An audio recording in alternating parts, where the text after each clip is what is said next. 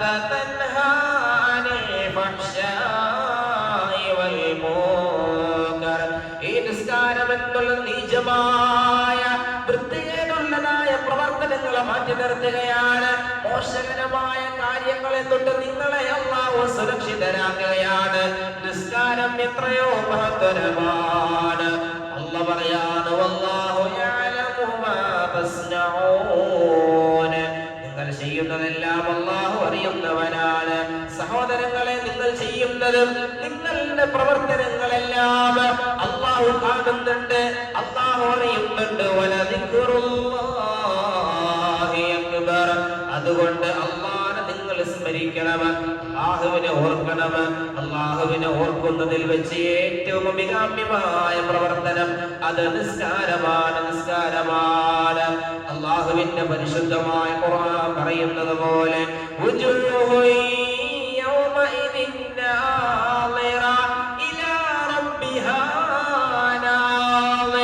ഇത് പുരാണമായ കഥയല്ല, ചരിത്രത്തിന്റെ പുസ്തകങ്ങളിലുള്ള ഈരടികളല്ല, ഇത് ഖുർആൻ പറഞ്ഞു തരികയാണ്.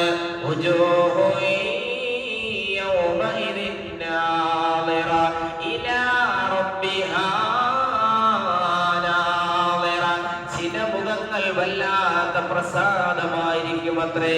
അല്ലാഹുവിനെ കാണുന്നതായ സംവിധാനമാ. ആ ഒരു സമയത്തെ കുറിച്ച് അല്ലാഹു പരിചയപ്പെടുത്തുകയാണ്.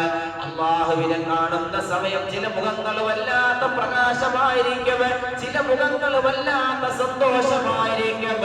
അല്ലാഹു ഖുർആനിലൂടെ പറയുകയാണ്,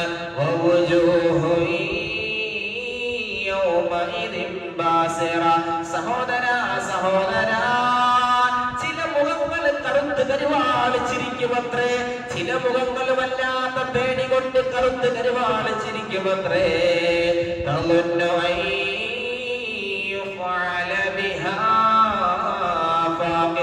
ഏതോ ചില ശിക്ഷകൾ എന്നെ തേടി വരാൻ പോകുന്നുള്ളതായ കഠിനമായ ശിക്ഷയിൽ തന്റെ മുഖങ്ങൾ കറുത്ത് കരുവാളിച്ചിരിക്കുമത്രേ.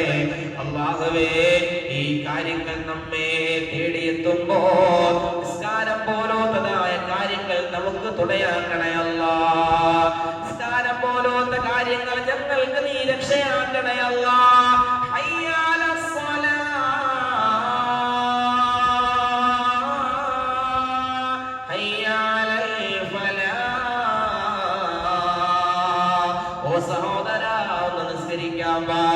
ഓ സഹോദര, ഒന്ന് വിജയത്തിലോട്ട് കടന്നുവാ.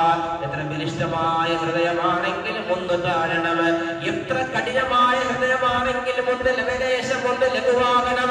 അതാണ് സഹോദരങ്ങളെ നിസ്കാരം, അതാണ് സഹോദരങ്ങളെ സുജൂദ് എന്ന് പറയുന്നത്.